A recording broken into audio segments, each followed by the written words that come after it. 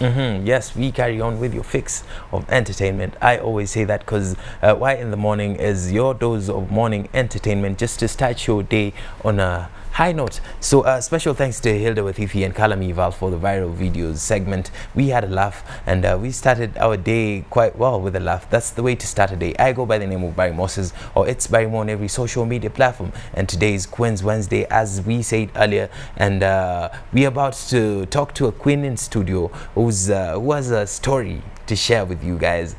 She's a special person. She's doing something special, and yes, I'll let her speak for herself. But before I introduce her, 22162 is the SMS line. Start with YM254. Don't forget to leave your name and where you're watching us from. Preferably you can hit us up on Twitter at Y254 channel, or you can hit me up at It's Barry Mo. Your views, your comments and your questions are invited. So Ekren Dungu is the CEO and founder of German Institute of Professional Studies, 12 years in counting, and she's still in the game. Karibu sana. Asante. Ekra, yes. CEO and founder, quite a title. Yeah, but I like the title principal. You like the title principal? Yes. All right, because you run the operations of the institution. Yes. And the rest of the things. Yes. All right, so I'd like to get an insight. Did you ever imagine yourself being the principal of an institution of higher learning first?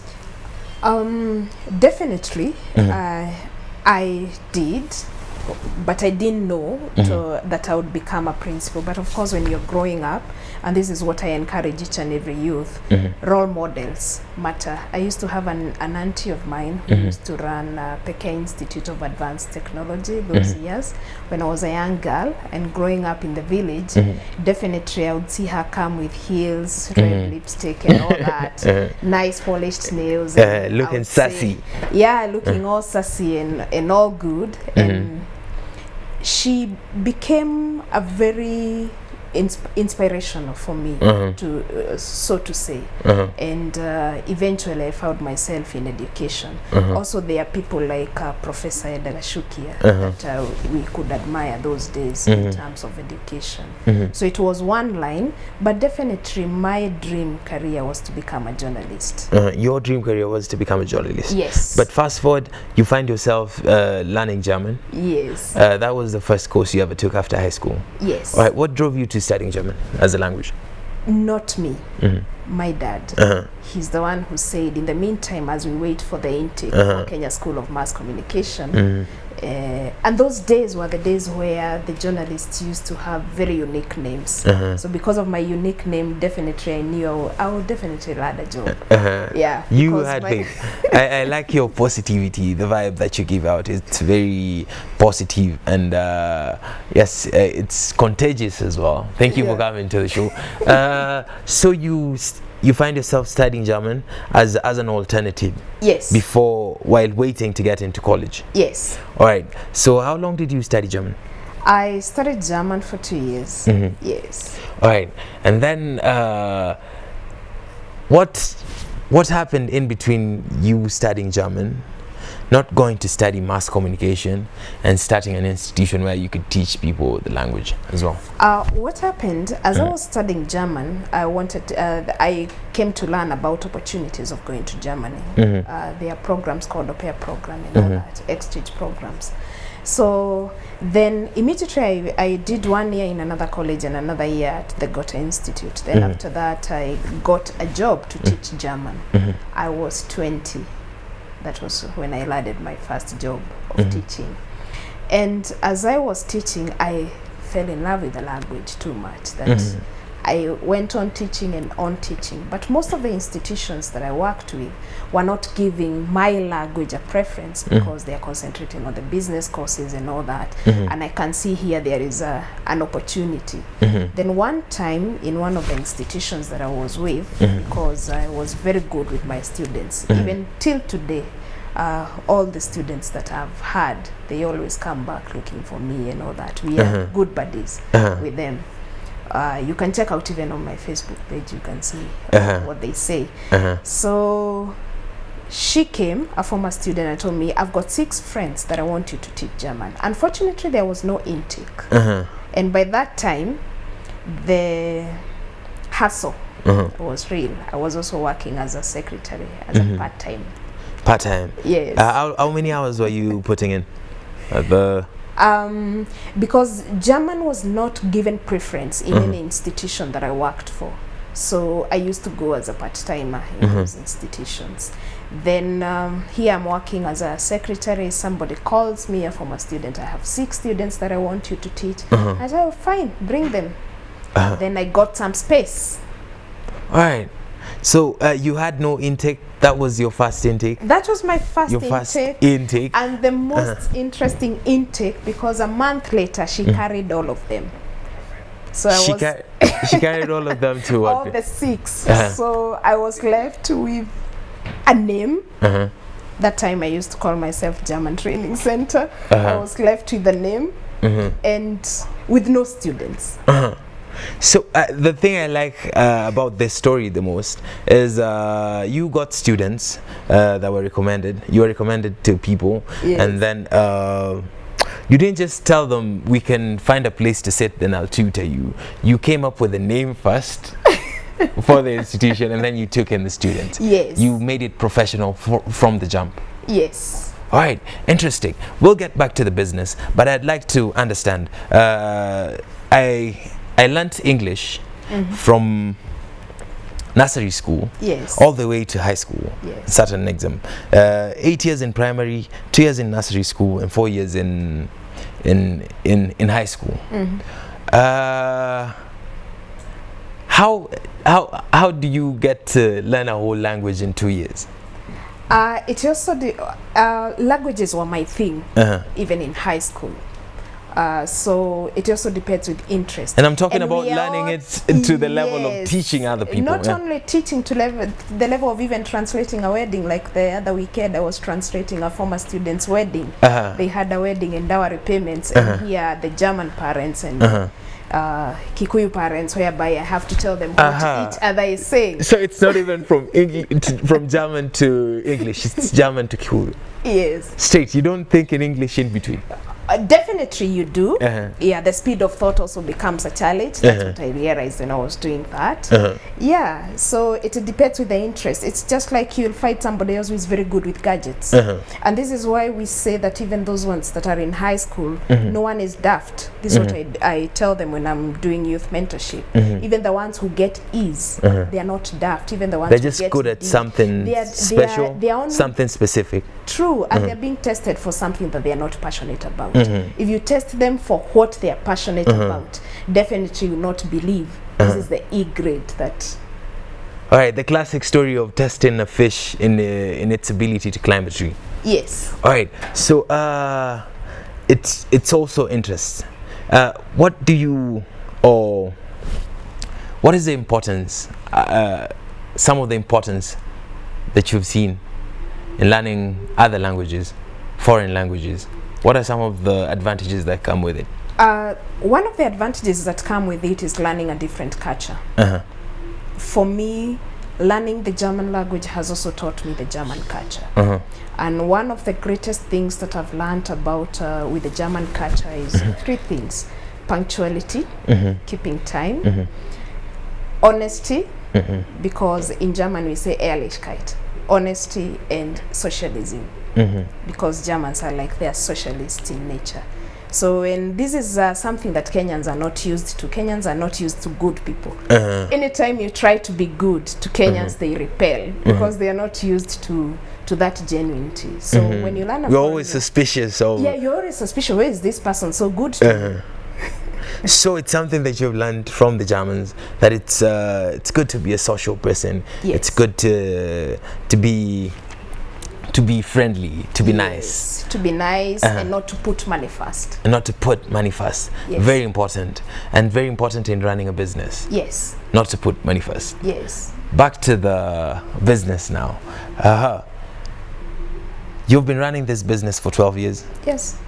I'm pretty sure you've met some challenges. Of course, definitely. Yes. Before we talk about the challenges, what are some of the aspects, or what are some of the important things or the traits somebody needs to keep with themselves when running a business or when starting a business? While starting a business, money even doesn't count. The most important thing when you're running a business is social capital. Social capital, I mean people. Because anytime that you start off a business, the people are the ones who become your customers. So even those who are still in employment, it's an advice that I also give.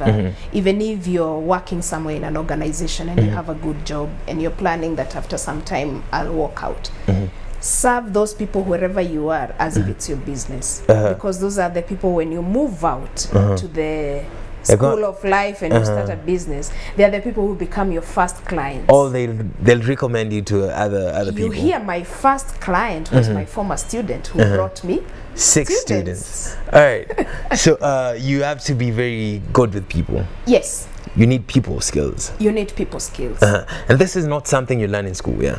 No, people skills are not taught in class. People skills, you learn them along the way every day.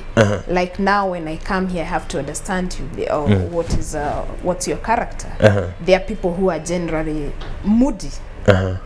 So basically you have to, or they have a stiff face. Or they have a stiff face, and for real they don't mean anything bad. They are naturally like that. So the moment that you teach yourself that you are 100% responsible of any relationship with people, then you'll not have trouble.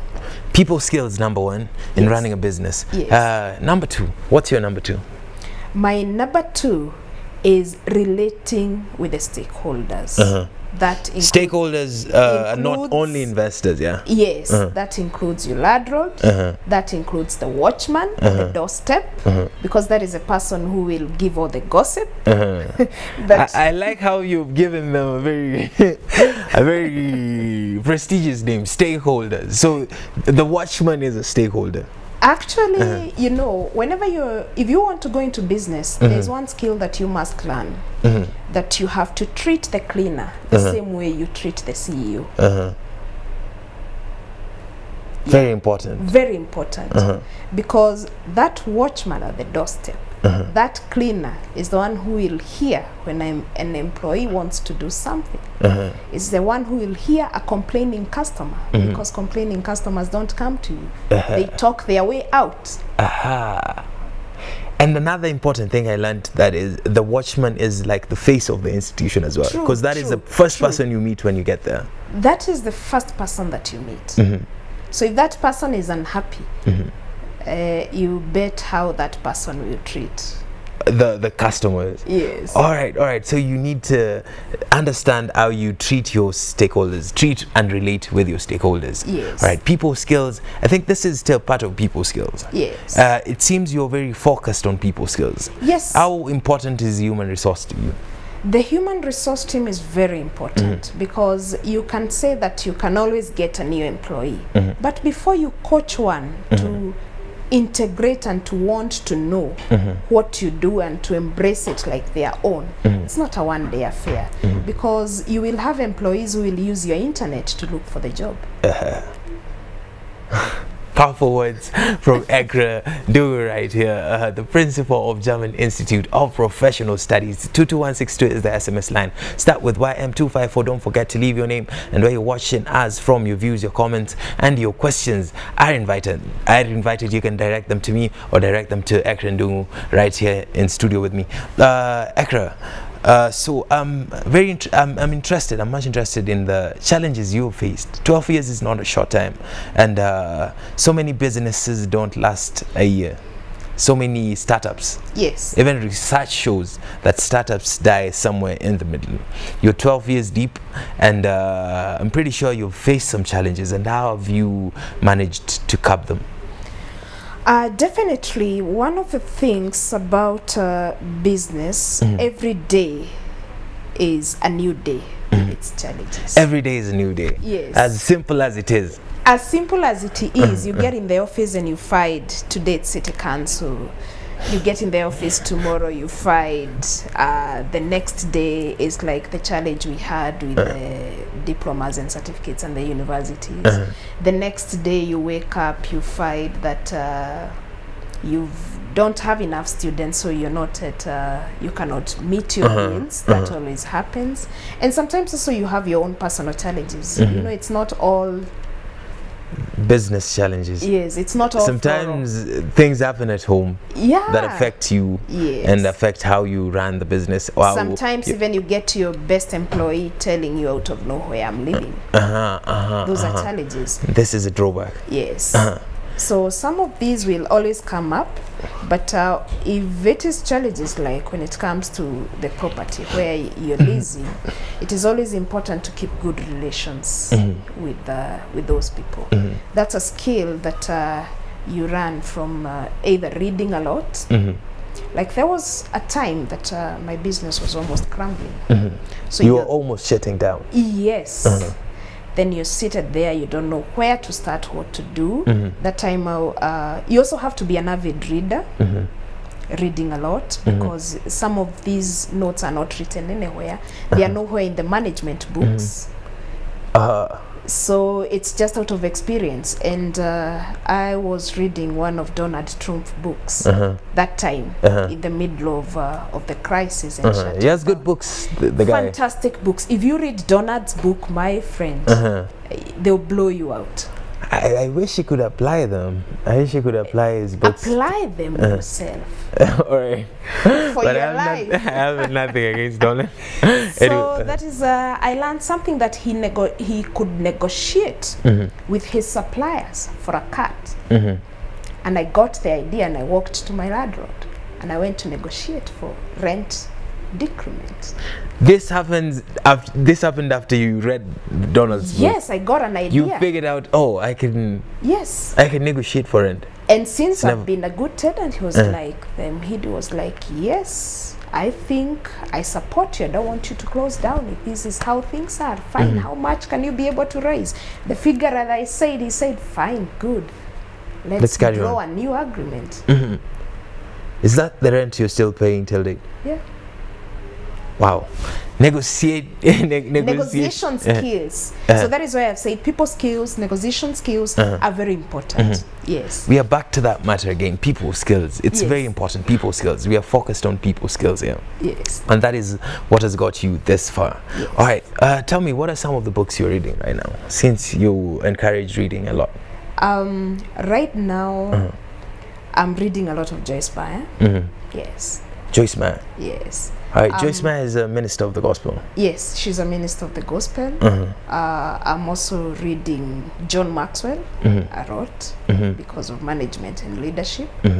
Yeah, so basically that is what I'm focused on, because you also don't want to read those books that will blow you out. You also need your sanity. You also need your sanity at the same time. Be an avid reader, but don't read books that are going to blow you out. I don't know which books these are. You also need your sanity as well. What Ekra Ndogo. So Ekra, we're living in the information age, and you offer some ICT courses as well, despite apart from German language and what was the other one?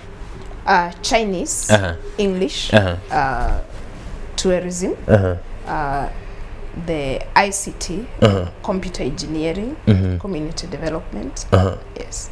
Interesting. So we are living in the information age right now, and you can't sleep on the internet now. You can't, because it's really powerful. It is so powerful today, and social media. You know, basically, we used to gossip, but today social media has made the gossip go global. Something can happen in the States right now, and we'll know about it. It's just gossip gone global, and it also depends now with what mistake will you release your gossip, so that it reaches to the right people. Like now, we are on air on Y254. So what are we releasing to the youth? So what are they capturing, or what are they learning from what we are doing? So the same thing that I also even advise the youth when it comes to social media, because that is it should actually even get into the Abraham Maslow's hierarchy of needs. Abraham Maslow's hierarchy of needs. Yes, because it should become a basic need, social presence. Because right now you can't do without it. You can't do without social presence. Because even if Powerful. I don't give you my telephone number, all you will do is to go on Facebook, go And on Twitter, or type, Google. check my name. Uh-huh. Then you want to know the kind of a person I am, peruse the page, see what I post, and that will automatically tell you the kind of person Yes. you Nowadays, people don't even ask for direction to the German Institute of Professional Studies. They just Google it. It's pinned Yes. on the internet. Very interesting. And another thing, before you tell me about your, what is it called? I'm looking for this word. The size of the institution. I'd like to know, during the 12 years, the growth curve. There's always something in business where sometimes you go up, sometimes you go down, sometimes you go up, sometimes you go down. How's the growth curve been for you? And when you're going down? For me, it has not been bank balance. The growth curve has not been bank balance. The growth curve has been people. What kind of alumni am I producing? And who can I quote that? And what do you consider growth, by the way? Is it the amount of money that you make every month? The number of people that benefit out. Because in any case, if we are to change the world, you definitely need to be a blessing to your generation. So you need to impact people so that when they leave that place, they're going to tell. And they become also a stepping stone for a blessing for somebody else. Like today I was checking on Facebook. I was so excited to see one of my alumni is hosting Gloria Murillo in Germany. So I'm like, oh, fantastic. So maybe this person she passed through here, did the program, went to Germany. Maybe this great servant of God would not have gotten that opportunity to do that. So basically that is what you value every day. What value are you adding to people? So that's how I count my profits. That is how you count your profits, not in terms of monetary value. Yes. Very interesting. So can you... Those are some of the things that German culture has taught me. All right. I'd like to study more about the German culture. But I'd like to know also, how big is the institution right now? We are a medium-sized institution. Medium-sized. You won't give us the details, like the numbers. You just describe it in a general way. Yes. Medium-sized institution. All right. What is the future of German Institute of Professional Studies?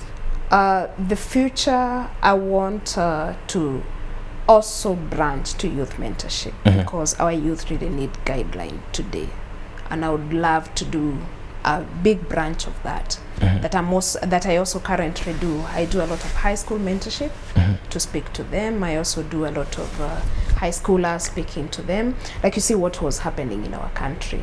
They all need some sense put in their heads, because I'm quick to forget. Please remind me, what was happening in our country? We had a lot of our high schoolers burning their schools. All right.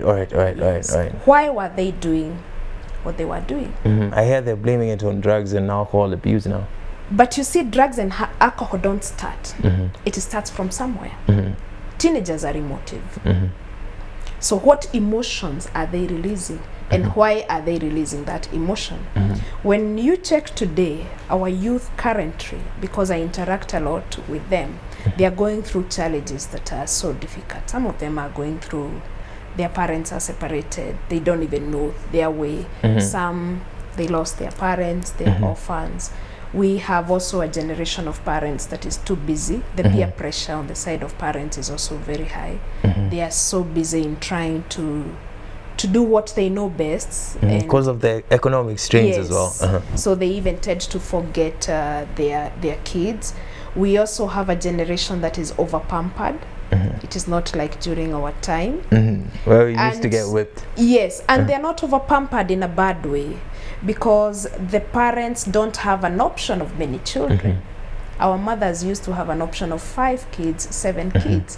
So if you're there and your mood and all that, you can just sort yourself. Somebody else is happy, I can send somebody else. But parents today, at most, they have 3 kids, 2, 1.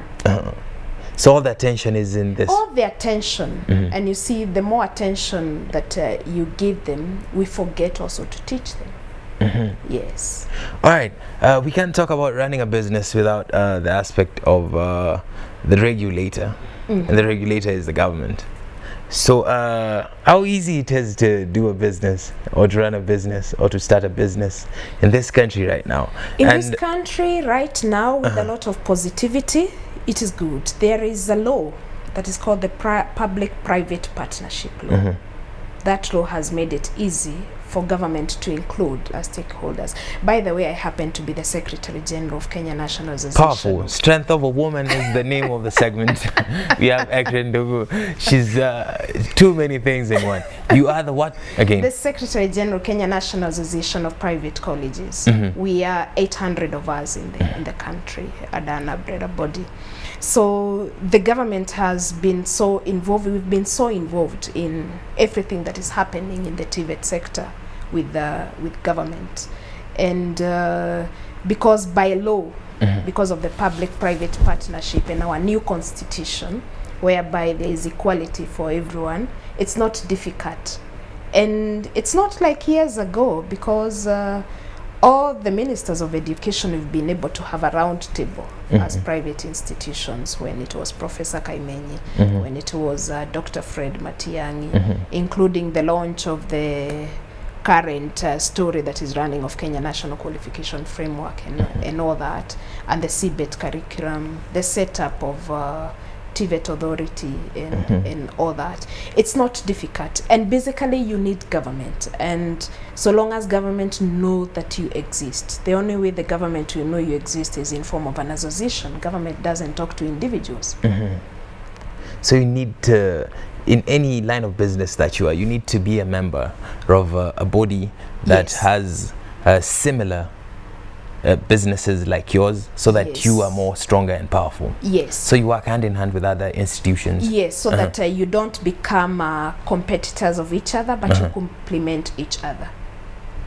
Yes. Thank you very much, Ekra Ndungu, for coming through to Why in the Morning. Before you leave us, give us your last remarks and talk to the queens out there. Today is Queens Wednesday on this particular show, so we focus on the queens, and you happen to be our guest for the segment, Strength of a Woman.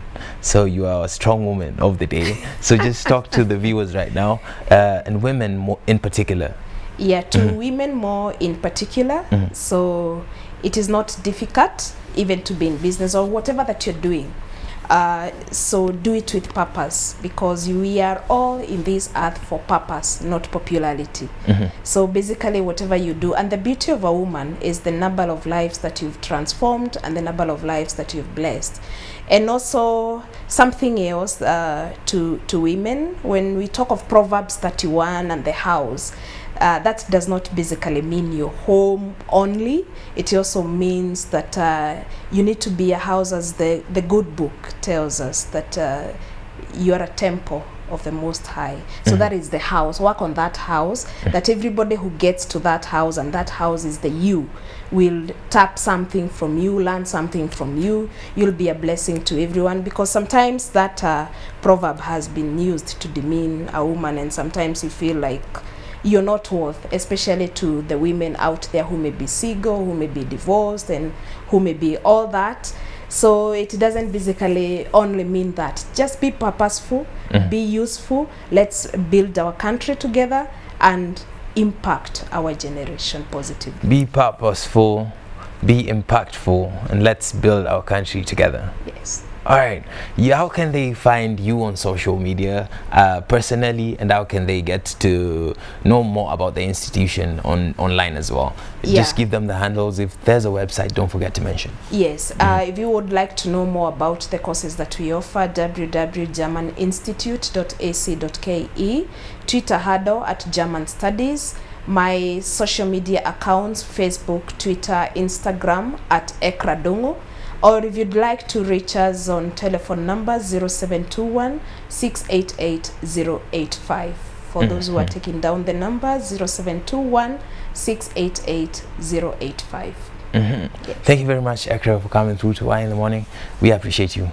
Keep making moves. Thank you. All right, this has been another segment of Strength of a Woman. We had Ekrendungu, the principal. She likes to be called the principal, but all the same, she is still the CEO and founder of German Institute of Professional Studies. Get to know more about that on their website, German Institute of Professional Studies.co. GermanInstitute.ac.ke. GermanInstitute.ac.ke. Or we're just a Google away. All right. Oh, you're just a Google away. I like that one. So more in the morning is coming your way. I go by the name of Barry Moses, or find me on social media as It's Barry Mo.